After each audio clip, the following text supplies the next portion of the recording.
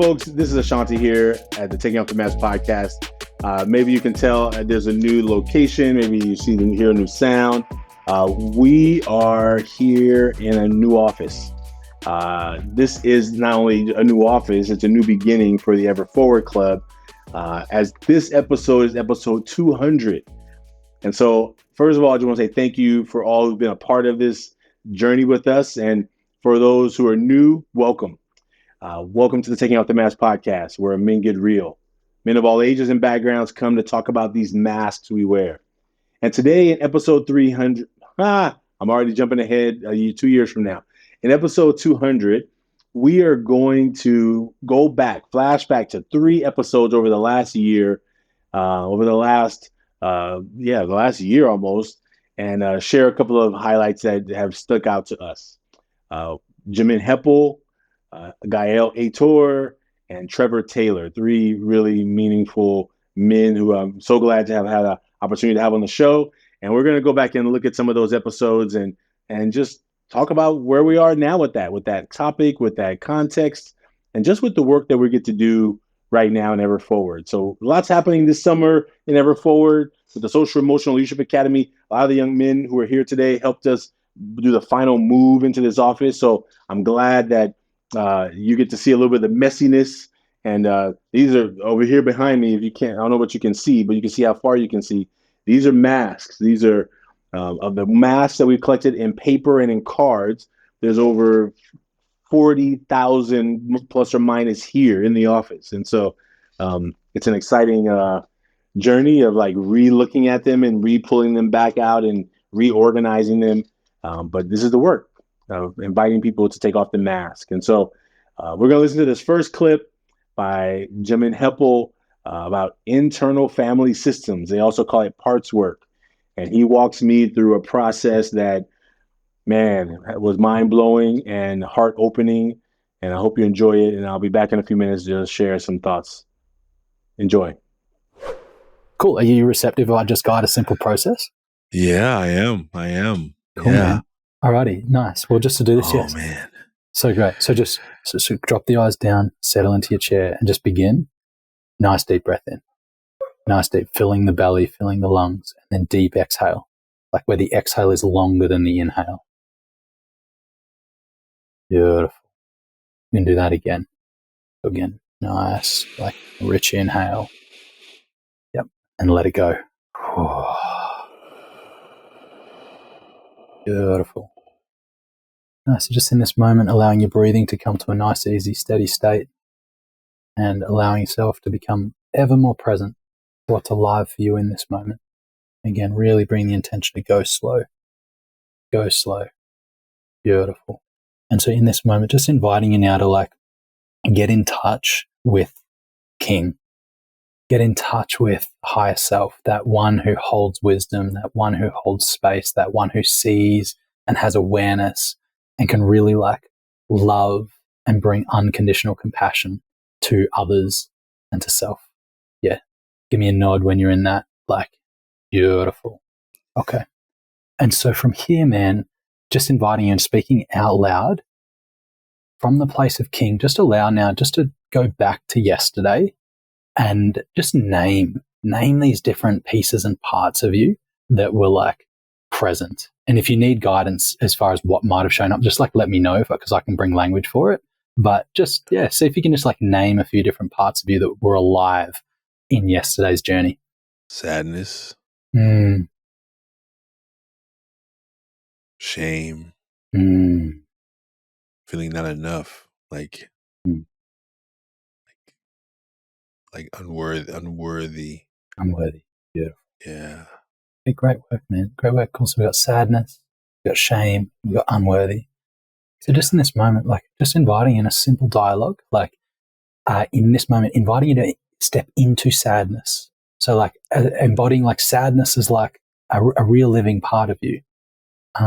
Let's just have a simple dialogue with sadness. Now, this is between sadness and higher self. So if you just, as higher self, ask sadness, hey, sadness, what's going on for you right now? Hey, sadness, what's going on right now? What's happening? Well, I'm watching all these students who I believe could benefit from this word, this message, and they're missing it. Mm. Mm. They're missing it. Mm. I feel like they're not listening. Like Mm. I think that the deeper sadness is that I can't make them hear it. I can't make them hear it. They're like, I know that some of them just need a shift in focus, and it hurts that I'm not.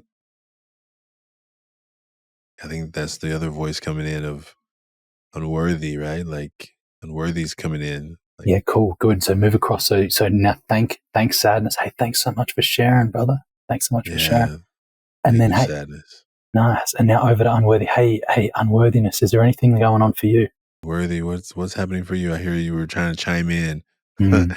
through that sadness. Yeah, Mm. yeah. Like I stood there and just watched them ignore me. Mm. Like I felt them. Like, and I wondered, like, what do I need to do? What Mm. did I need to do? Mm.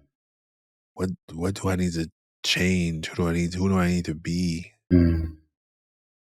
I made it about me. Beautiful. Oh, beautiful. Okay, so pause there. This is great. So now coming back to higher self, beautiful communication. What as higher self, as like the wise man that you are, what would you love to offer unworthiness in this moment? Unworthy, thank you for naming that. Thank you for Mm. naming what it really felt like to stand there and hold that mic and not even know what to say. Mm. Thank you for naming that you made it about you. Mm. I want to offer you the remembering that why you do this work. Mm. You're doing it for maybe your younger self, but in that room, there were people listening. Mm. And they were listening. They reflected on their paper about what they heard and what they saw and what they felt, and you reached the hearts of some of them. You were never meant to go in and put a goal of your reaching 100% of those students. They Mm. don't know you. Mm. You did your best, Mm. and your goals have to be clear when you go into those spaces.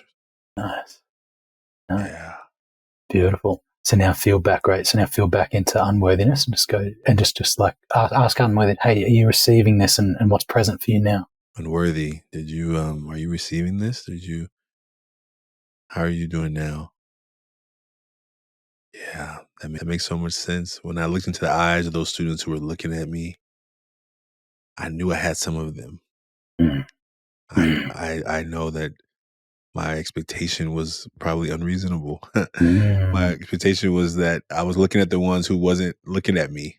I was proving to myself what I sometimes deeply felt, as Yeah. opposed to knowing that there were so many of them that were with you. Yeah. They're with me. There were so many of them that were paying attention. There were so many that were doing what they were asked. Beautiful. And I hear it. I see it. Beautiful. Right. Yeah. So thank Mr. Thank unworthiness. And then, Thank you. yeah, Thank you, unworthiness, for that. yeah. And now we'll go to shame. Just tune in with shame. See what's present for him. Hey, Shame, what happened? What's happening for you? What's present for you right now? Yeah, hearing sadness and unworthy talk, I really realized that I was riding along with them. I was feeling like I had not done a good job, that I had accepted these awards in the past and opportunities and documentaries, and I'm still can't even do the work. I felt like I'm a fraud. Like, how ashamed are you that you can't even get a group of students to stop talking? Who are you? And I think I was feeling that. But after hearing Unworthy speak, I think I was projecting too much expectation on myself as what I was there to do, as if I was there to transform 100% of those lives in the moment. Like, I have the best words and I have the best activity. Like I think I just, Mm. yeah. I heard what Unworthy said, and I felt it. I felt it too, and I carried it into the room too. But I'm feeling better now. Yeah, beautiful, beautiful. Yeah, is there anything nice and just coming back to higher self and just going super slow? Nice. Yeah, just tuning. Just tuning in. Is there anything that higher self would like to offer? Sadness. Yeah, sadness. Is there anything you need right now? Shame. Is there anything that you? How are you feeling now? Well, from the place of shame, I'm not ashamed of what I did yesterday. I'm actually not. I wasn't. I gave my best. I gave 100%. I stood there and held space for those students. I'm not ashamed of what I did. I was more just feeling like I wanted more. I wanted to do more. It wasn't that I didn't do enough. And so I feel complete that I'm not ashamed of the work I did yesterday. I'm actually really proud of the work I did yesterday.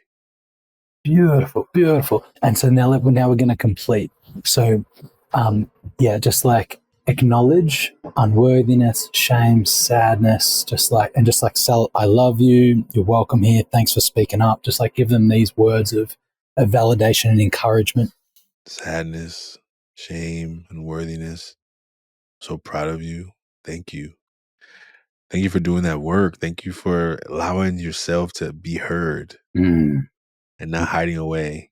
I think this morning you were hiding away. You were hiding away, and you were analyzing so much.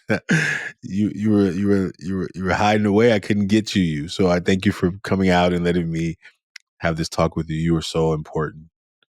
You are so important to this journey of our work.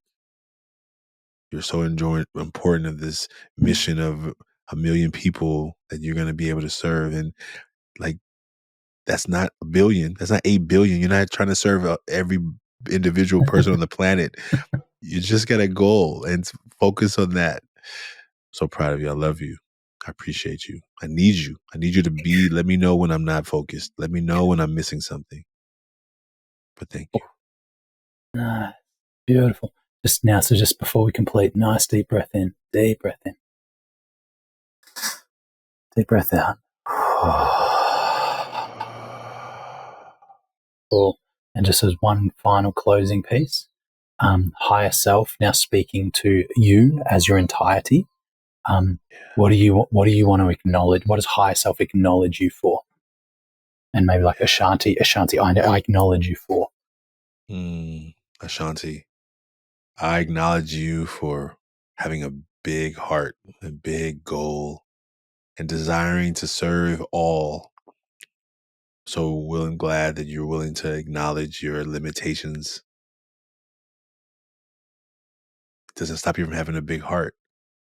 It just means that you don't weigh so much on your heart that you're not enough because of whatever the external stuff happens. I'm so proud of you for continuing to give 100% to the community, to your youth, to the youth you don't even know, who you may never meet again, but keep giving it. And keep giving room for yourself to feel those things that need to be felt because they're human things. You were taught when you're little, don't show them, but you're not that little boy anymore. Stand from that place. You're going to change the world. I love you. Breathe that in, brother. Take your time. Breathe that in.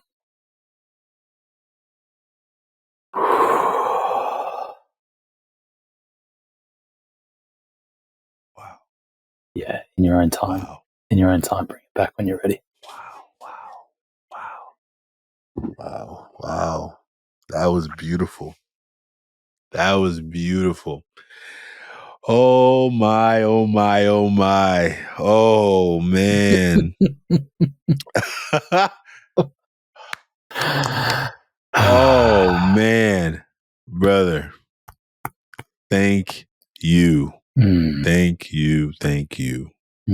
I needed that. I more than you can. More than you can probably imagine. I appreciate you for making time, for letting us go over a little bit of time. I appreciate you. I needed that. Oh, oof. Oh, I needed that. I needed that so No, much. Oh man. nice. And just, yeah, even in this moment, just continuing to go slow. And I just love to reflect a couple of things. Yeah. Yeah, brother, amazing work, man. Okay, like amazing work. Your capacity to distinguish, to feel, to like give each part like its own like really like space. And I could just feel how you're really bringing your heart and compassion for each of these parts of you, almost like they're little, like they're kids, just being like, have space. So really really beautifully done, man. And just like allowing the fullness of your emotionality to like come through. I could just, yeah, there was so much like healing and resolving and completing that was like happening all in there. And to complete with like that acknowledgement, I'm like, oh yeah, higher self is in touch with his purpose and like your capacity to receive acknowledgement, like, and breathe that in. Beautiful, like beautiful somatic work, my man. So yeah, there's so much richness in what you just did. And just like, thank you for your willingness and vulnerability to like lean in, to be held in this way, and even in a public way. Just so much magic here, man. Like, this is the work and the embodiment of what it is to be the healthy masculine, being the change. Like, Yeah. this is it. We need it. I need it. We need it. I know I'm going to do more work on this one, because I think I know as I'm talking this out, I realized anger was in there, and I hide away from anger a lot. So I know that yeah, I know I'm going to do some work on that tonight. That place of like, oh yeah, I was feeling that. Oh, you've given me a gift today. I just want to tell you that. Like, I want you to know that that I am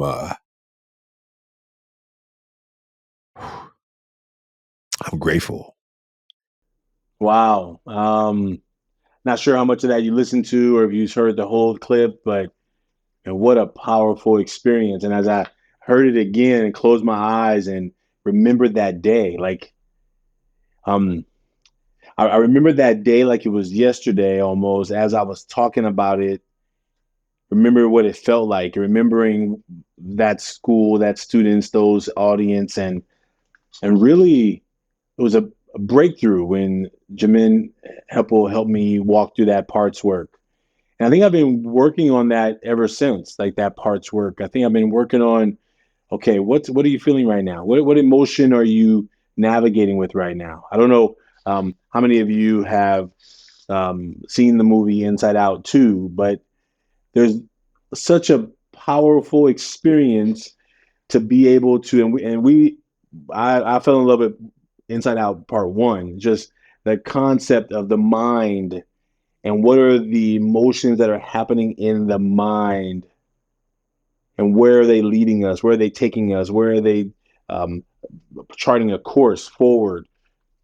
Man, I've been in awe of not only the movie I just saw this past Friday, Part 2, but just making space for our for this work to happen. And where do we give men and young men and boys a space to like name what they're feeling? Whoa, here's what I'm feeling. Here's where it came from. And how do you speak from a higher self of myself, the parts of myself? Giving honor to all those pieces. Like in the movie, I'm probably going to do a separate reflection about the movie. I will, but in the movie, when all the bottled up emotions, repressed emotions got taken away, and you were left at headquarters with embarrassment, anxiety, envy, and ennui, boredom. And they took over this teenage brain. I'm not a teenager anymore, but I know what it's like to be in a moment of like spinning in thoughts and ideas and the feeling that I'm not doing enough. I'm not enough. And some of those things are happening right now in the moment, not in this present moment, but in the journey of the moments. Like, oh, okay, I'm running from this opportunity. I'm afraid of what this opportunity is going to do. Maybe I'm nervous and scared and fearful and all those things. And I'm like, oh, I see Ashanti Branch. I see what's happening. The fear of success or the fear of failure, both. show up as fear. And when fear is up there leading the dashboard, we don't move because we need to be protected. Fight, flight, freeze, fawn, whatever the things we do to just protect ourselves when our systems get alerted. Oh, it's good to go back to that conversation with Jamin Heppell. And that was episode 159. So if you haven't listened to that full episode 159 with Jamin Heppell, what a powerful clip there. And next, we're going to go into another episode, which actually happened to be right next to that episode with Gael Aitor. Gael Aitor, who's one of the hosts of the Teenage Therapy, that a podcast that has now changed. He has his own podcast now. But man, what a beautiful space that him and his friends came together while they were teenagers to help other teens talk about difficult topics. And I'm super excited that in our podcast, we have our youth hosts who provide a space for young people to talk and share what's going on with them, and them share from their own voice about what's going on with themselves. I'm excited for you to hear from Gael Aitor, episode 160. Take a listen. Something I don't let the world see. I don't think I let the world see how much love I have. I don't even let myself see how much love I have for myself. That thing you said about being your own best friend, I don't think I'm there yet. And that's something that I've been really journaling a lot recently and thinking about recently is I think in a lot of ways I hate myself right now. And there's a lot of self-hatred, which really, I think when I came to that realization, it was so upsetting to feel, right? Because for the longest time, I never really gave it much thought. Because if anything, I think I loved myself when I was younger. I think I was so naive when I was younger. I was happy. I could see my bad traits and accept them for what they were. And I think the more that I'm growing up, the more that I'm being more critical and self-critical and harsh. And so I've just been thinking recently, I don't give myself enough love. I'm too harsh. I don't give myself enough love. I don't show my love for others. I don't accept the love that others have to give me because I don't have it in myself. And so that's something that I'm really trying to open myself up to more. Thank you. Wow. Thank you for sharing that. Can I ask you a question? Yes. I mean, it may be interesting that you have anger and love right next to each other and you don't show them. Maybe you don't show the anger to others. You don't show love to yourself. Do you show love to others? I think so. I think I show it, but I don't tell it enough. I don't say it enough to people, which is frustrating. It's frustrating to not be able to say it, you know? I was thinking about that. Like, have you heard of this book called Love Languages? I've heard of it. Do you have one? I don't, but I am familiar with the 5 love languages. Oh, okay. Yeah.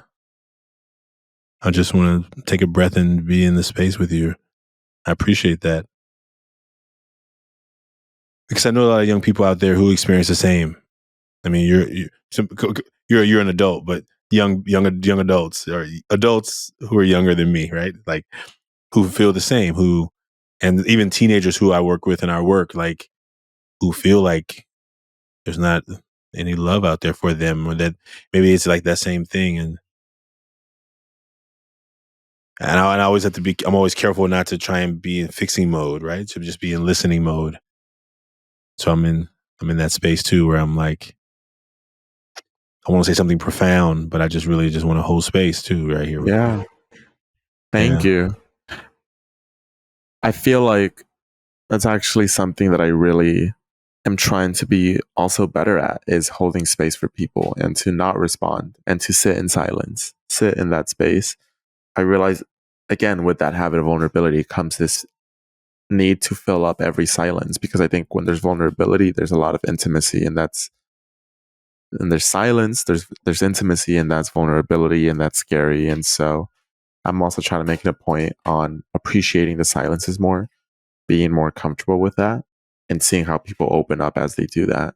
And it's been really, that actually has been very rewarding. I think it's led to a lot of good. Wow. That clip from Gael just hit in so many places, so many spaces of my heart. Like he said in that clip, I think I've been hating myself right now. I've been hating myself. I can't remember exactly when this episode came and when the letter that we read from the young man who wrote a letter to himself, who was super mean to himself. And as I've shared a couple of times, like how often I can be my meanest friend. And knowing that young people we work with are also saying the most hurtful things to themselves about themselves. And how do we make room to have a conversation like that with somebody who can listen to us and not try and fix us and not make us wrong and not tell us, oh, don't talk about yourself like that, as if it was easy to stop doing, as if it was easy to change, as if it was no big deal. I think we often sometimes use words as blankets, as band-aids. I know words can heal, but I think sometimes we try and use these phrases that oftentimes are void of heart and soul and connection. And when Gael said, I have a hard time accepting love from others because I have a hard time loving myself, man, it rang real once again, even when I first heard it from him on the episode of having these conversations. And we need to have a place to talk about this stuff. Since this episode, I've talked to several young men who are being really harsh with themselves, really. And I had to sit there and say, just let me listen for you for a minute. As I go into a mentor role and wanting to make it better, make it feel better and quicker. And sometimes just knowing that it just needs to be felt. In the moment, feeling harmful to myself, feeling words that are hurting myself, and not knowing somebody's willing to hear me past the first two words before they try and cover them up with good words. And I never get a chance to process all the things that I'm saying. I'm so thankful for Gael for that conversation and making room for us to be more good listeners. More good. You like that one? To be more good listeners, to be better listeners, to listen better to each other, to be able to say, you know what? Thank you for sharing. I'm just going to listen right now. And if you want me to say something, please ask me. But at this present moment, I'm just going to hold the space right here with you. And how often do our young people not know they can go to an adult who doesn't just try and patch it up so quickly, they haven't even had a chance to marinate in the fact that, oh, I'm actually feeling a feeling. I was at a camp the other week, and I was talking to the parents, and I asked parents, what do you do? Do you ever say that you're good when you're not good? Do you ever say, I'm fine when you're not fine? And one parent says, oh, yeah, I manifest it. And I was like, all right, I'm down with manifesting. I said, can you say a little bit more about that? I said, but what about when you're actually really feeling something? Oh, I just tell myself I'm not feeling it. And I had to have a breath, right? Because I gotta be careful, right? I'm not trying to insult the parent. I'm really trying to be heartfelt in the conversation with the parent. But if the parent has gotten to a mindset that I'm going to manifest goodness through a challenging time, I think it's a great idea. But if you're not able to give room for the challenging idea, if you're not able to give room for the difficult time, then what happens when your child comes to you and is going through a difficult time and you try and tell them, hey, manifest greatness. Ignore these problems. We don't really have problems. Like, ignore those problems. You can talk that child into not dealing with the real stuff that child is dealing with, and it can create more problems. And we've seen it. We've seen it. I've seen it as an administrator. I've seen it as a teacher. I've seen it as a foster parent. I've seen it in a system of helping young people navigate how they feel and just saying, well, tell me what you're feeling. Like, just let's talk about it. We need room for that. So, man, we hitting that's two. That's two. Now we're on number three. Number three is Trevor Taylor, episode 177. And this episode came, and we ended up having a second episode with Trevor Taylor because this one was so powerful. And we're going to talk about plants and planting. And as this summertime is happening, maybe you have a garden, maybe you have some plants that maybe you have a project you're working on that is dealing with plant life. But this is not necessarily all about plants in the garden, but in the growing in our hearts. So take a listen to this last clip from Trevor Taylor, episode 177, and I'll be back in a few minutes.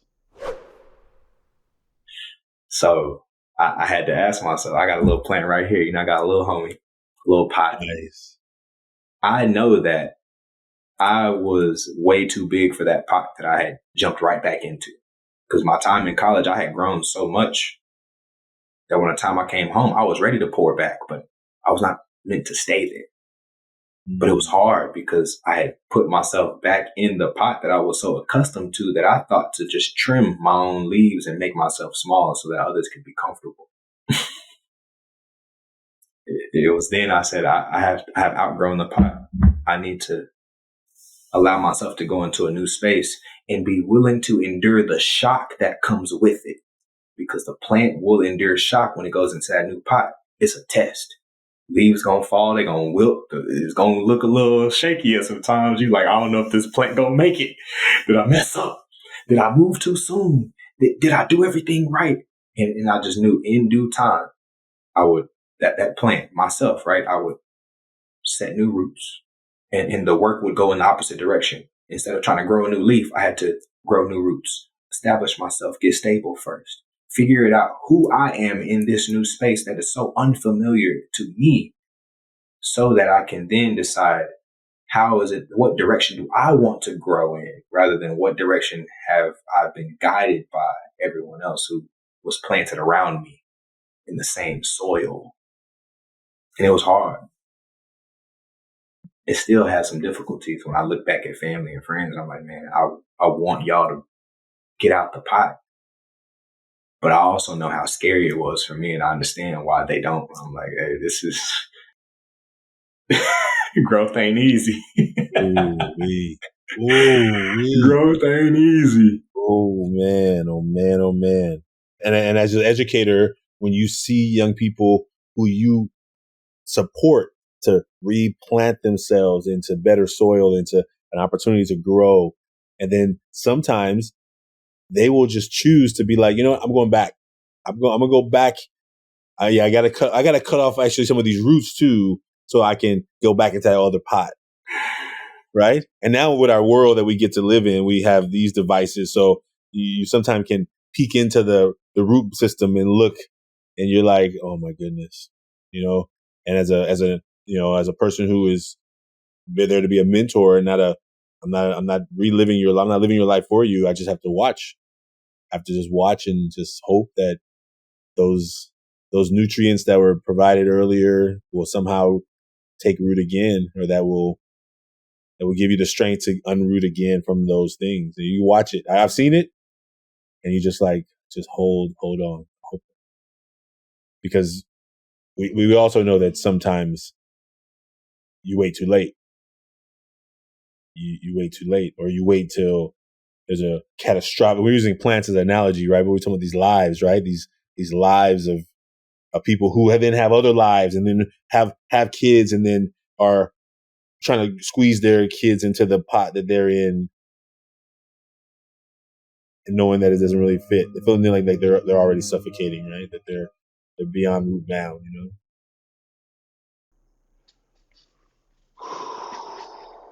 Wow. Planting. Well, one of the things that Trevor said in that clip about a little plant that he had shown as an example, he said the plant had gotten root bound.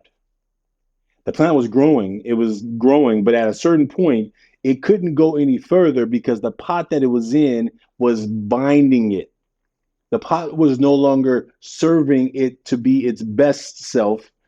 It was holding it back. And maybe that's what this move is about. Maybe that's what this next chapter in the Work and Ever Forward is about. It's about maybe that space that we were in was holding us back, and maybe it was comfortable. It is not easy to move. I don't know about you, if you like moving and like packing, and I think there's more stuff that I found that I didn't know that I had, that, and now this office, like I'm in the cleanest place here, but out there it's all piled in the middle of the floor. I'm trying to go through it and just say, do I love this? Do I love this? Figure how much of it is needed, how much of it ain't needed, and we're going to do some purging for sure. We're going to do some purging. But as I'm building into this space, this room is going to be my office. This room is I've never had an office. I mean, I had an office once, but I mean, in the sense of I never thought about having an office. Like we had an open floor plan at the last place. So now maybe I'm going to have an office, and this is probably be where the podcast will be recorded here. Who knows? And the next milestone you hear when you see us set up, I'll let you know. But maybe that last place that was a comfortable place had been binding us by the roots. All the stuff that we unpacked and getting that room ready. Maybe next time, a couple of weeks, I'll show you some photos of the space before we unpacked it and after, because I tell you, that thing was packed to the rim. And I am grateful of where we're heading. Packing, my body is aching. No complaining, but just naming it. I like literally, this building is up some stairs. The last building was on the level floor, first floor. There's a new awareness, a new gratefulness for having these limbs and the ability to move, and knowing that I'm also pretty tired. But I can see the next chapter of this work. We have a classroom here that we're having, the Social Emotional Leadership Academy. We haven't had access to a classroom before. It's been really hard at the last space where we had to have a space to do some work with the young people, to have community meetings and community workshops. And I'm really thankful. The few people who have seen it and says, oh, this is a nice upgrade. And that feels good that we're about to upgrade our work. We're about to prepare for new growth. We're preparing for the next chapter of the Ever Forward Club and the Million Mask Movement, and you have been a part of it. So whether you've even made a mask yet, whether you've come to one of our events yet, whether you've contributed as a donor, whether you've just shared a post, whether you've made a comment maybe you commented on the podcast, or maybe you've given us some feedback, whatever you've done to help move this thing forward, we appreciate you. We hope that if this is showing you something, doing something for you, supporting you, please leave us a review. Let us know how we can do more to serve the work that you're trying to do in the world. And the young people that you're going to hear from this summer, the young people when we move into the next chapter of our youth face-to-face episodes, you're going to hear two young men who we are so proud of. They're growing. They're transforming in their ability to talk about themselves, about how they feel in a healthy way. We need it so bad. And so thank you for being a part of the journey with us. Thank you for everything you're doing to be more present and an ability to show up for your own self. And I hope that these conversations give you room to talk to the people you love and tell them, hey, I'm here for you. If you're good, good. But just so you know, if you're ever not good, you don't have to tell me you're good and you're not. I got you. I'm here for you. I'll hold space for you. And I'll do my best not to try and go into fixing mode. I'll be in listening mode as long as you need me to be. And when you ask me, if you want some help, then maybe I'll go there. I think that's what we all need. That's what we all want. So thank you for being a part of the Taking Off the Mask podcast, episode 200. I tell you, those young men who were a part of episode number 1, who were a part of the creating of this podcast, I'm so proud of them. We're going to get them back real soon as we approach the 4-year anniversary. We'll be sharing some more information with you on how to get involved in your own community as we approach our first milestone in the Million Mask Movement.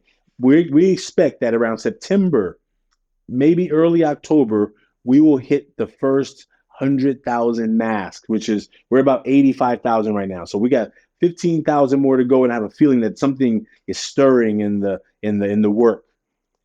The amount of young people that we are continuing to hear from, the amount of teachers and parents we've heard from toward the end of last year, as we move into this next school year, creating this advocacy group for young men. We believe that we're about to make something amazing happen. And not only are we going to hit this 100,000 mark, we're going to be sharing some of the data that we're learning with you, because we know that if we can help one, we can change the life of a legacy of families.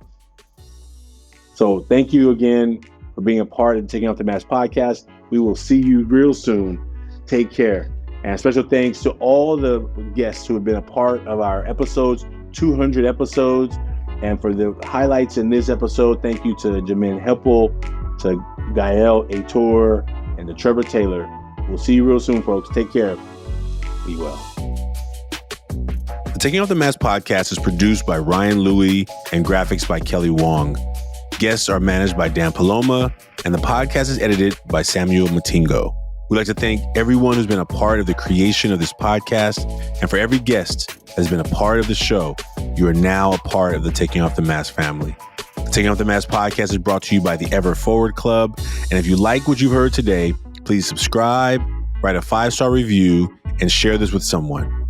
We look forward to having more conversations that matter. And please remember, there is more to you than anybody can see by just looking at you.